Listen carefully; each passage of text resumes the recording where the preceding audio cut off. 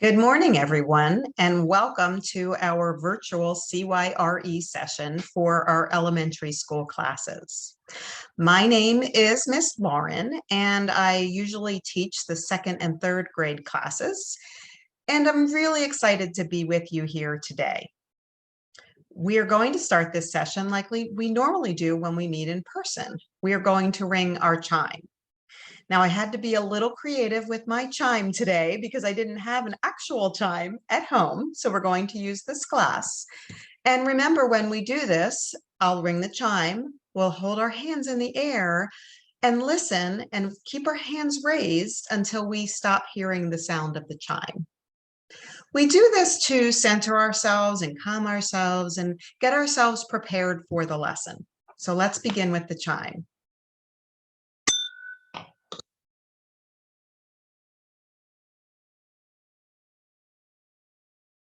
Now, maybe some of you can still hear the chime because your hearing is a bit better than mine, but we'll move on with our lesson.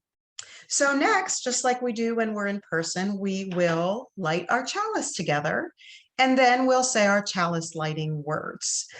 So are we ready to light the chalice? Let's go ahead and do that. Our chalice is lit. Let's go ahead and say the chalice lighting words. We light this chalice to celebrate Unitarian Universalism. Ours is the community of open minds.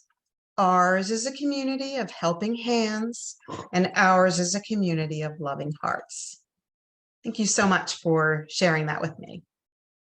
So normally when we are together, this is the time when we would discuss our joys and concerns, things that we are happy about, maybe excited about from the past week or the coming week, or something that we're a little bit concerned or worried about. So if you have a joy or concern that you would like to share now, you actually can pause the video just to think about what it is that you would share with all of us. You could even step away for a moment and share that joy or concern with someone in your home if you'd like to. Just please come back and join when you've completed that. So let's continue with today's lesson. Today we are going to be continuing our Windows and Mirrors curriculum that we have been sharing with each other this year. This week's story is about racial justice. The story is about a Unitarian Universalist who created a television series that showed all of America how African American citizens were being treated in the United States before civil rights were put into place. So we're going to think about something as we listen to this story. Imagine if you lived in a building that only had windows on one side. So you might look out that window and tell your friends, I live next to a restaurant and a hardware store. And that could be a very good description of your neighborhood. Except the thing is, you would only be looking out at a part of what's around you since you could only see out of that one window or that one side of the building. But what if one day a friend of yours came over and asked, why don't you open the blinds? It turns out that there were windows all around your home and they were there all along, but you hadn't even noticed them. When your friend opens the blinds, you might discover that you live next to a park that's full of trees. And so it would be just as true to say, I live in a neighborhood that is leafy and green, as it would be to say, I live in a neighborhood with a restaurant and with a hardware store. So windows allow us to see out into the world.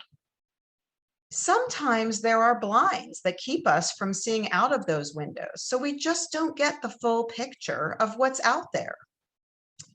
Henry Hampton was a Unitarian Universalist who invited millions of people into a more complete picture of the world by opening up the blinds of prejudice and ignorance.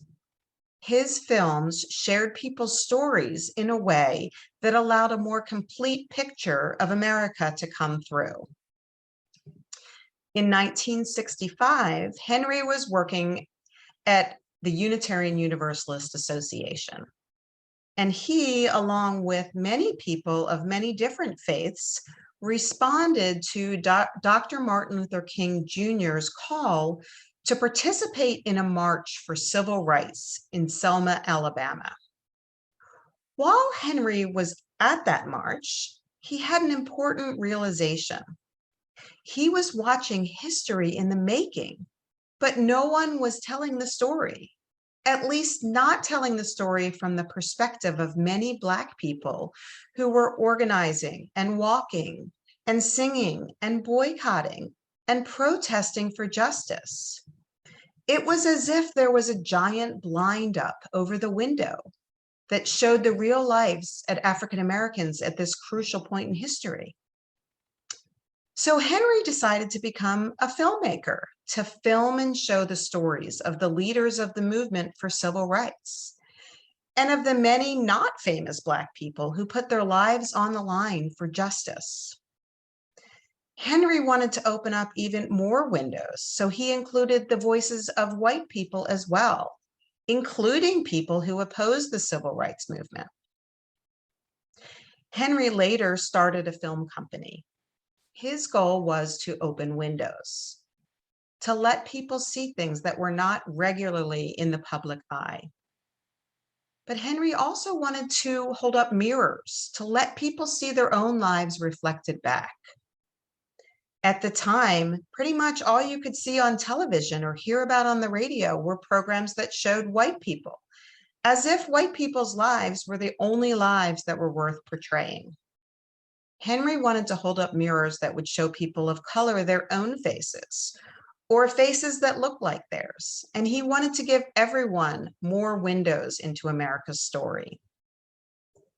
Henry Hampton went on to make many important films, including one titled Eyes on the Prize.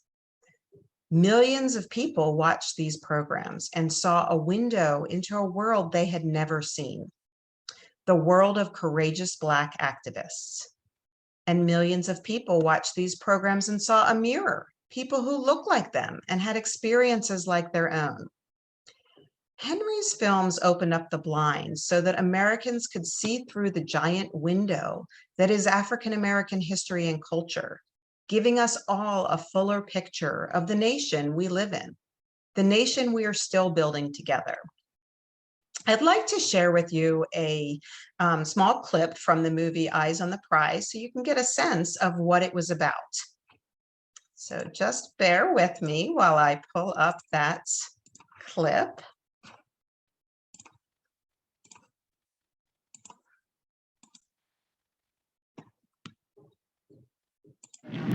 The fear that had shackled us all left suddenly when we were together. If you can't vote, you ain't free. And if you ain't free, well, then you're a slave. It might seem like ancient history. He said, why don't you stand up? I said, I don't think I should have to stand up. All you niggers, get up from the lunch counter or we're going to arrest you. But it was just 60 years ago, and the stories still resonate for us all. There was not a black face in sight anywhere. We might as well ask for complete desegregation, go for broke, so to speak. Segregation in the North was dynamic, it was real, blatant, ugly, violent. What you want is a nation to be upset when anybody is killed, and especially when one of us is killed. Eyes on the Prize, the landmark series, which takes you back to see and hear the stories that created a movement. Movement meant that finally we were encountering on a mass scale the evil that had been destroying us on a mass scale.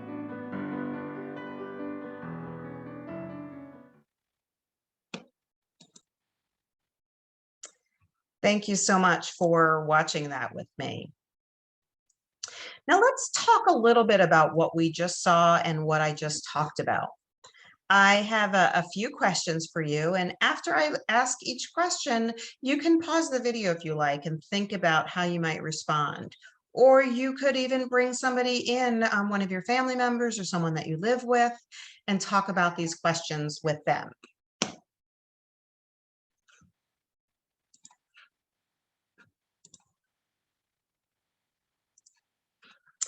So the first question is, how do you think people's ideas about our country would be different if only white people made newspapers and television shows?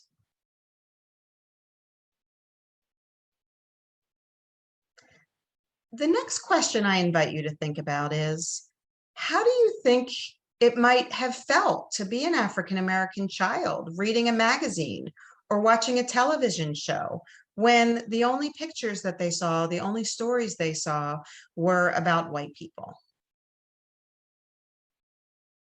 And again, you can pause and think about your answer to those questions. The next question is, how do you think it might have felt to be a white child at that time, where everybody that you saw looked like you or had experiences like you did? What ideas do you think those children that I just mentioned might have about their world?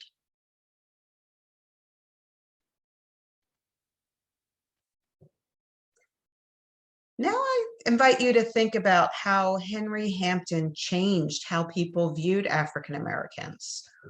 Why did Henry Hampton see a different picture of America?